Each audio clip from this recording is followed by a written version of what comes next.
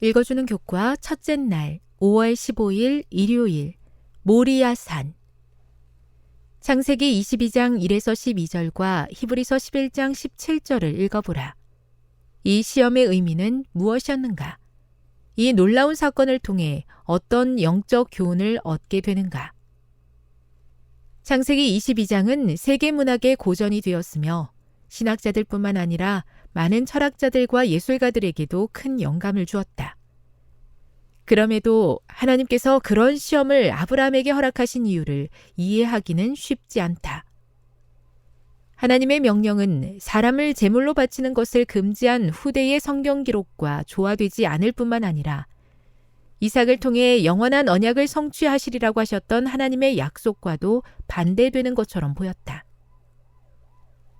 그렇다면 아브라함에게 이삭을 제물로 바치도록 하신 하나님의 목적은 무엇이었는가? 그렇게 특별한 방법으로 아브라함을 시험하신 이유는 무엇이었는가? 성경에 나타난 시험은 두 가지 다른 개념을 포함한다.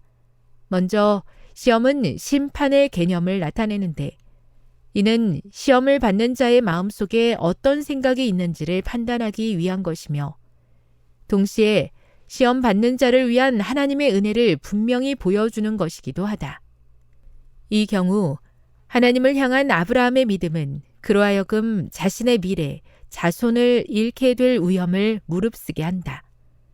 그럼에도 불구하고 아브라함은 하나님을 신뢰했기 때문에 하나님께서 명령하시는 것이 이해하기 어렵더라도 상관 않고 하나님의 말씀에 순종할 것이었다. 만일 우리가 보지 못하는 것 또는 이해할 수 없는 것을 신뢰하지 못한다면 그것을 어찌 믿음이라 할 수 있겠는가?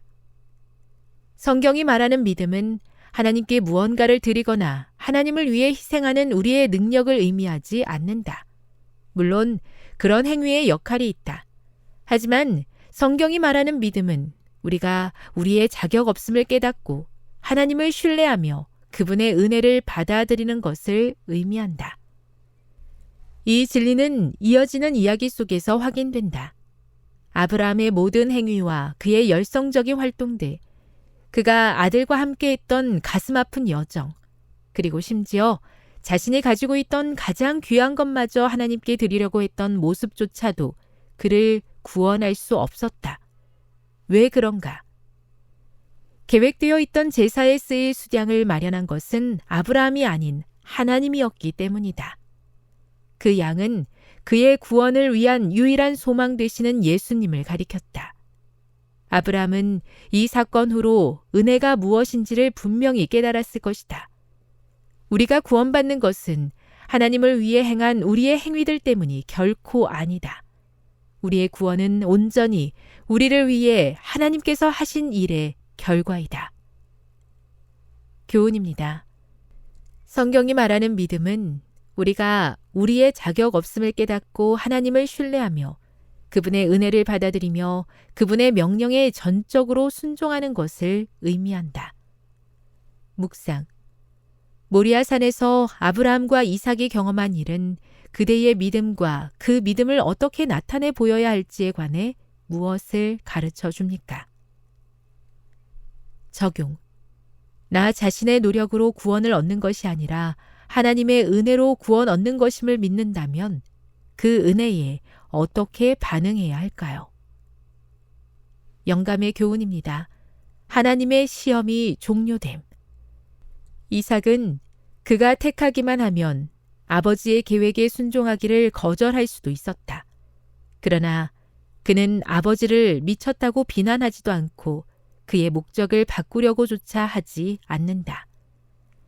아들은 아버지의 성실을 믿기 때문에 희생물이 되고자 순종한다.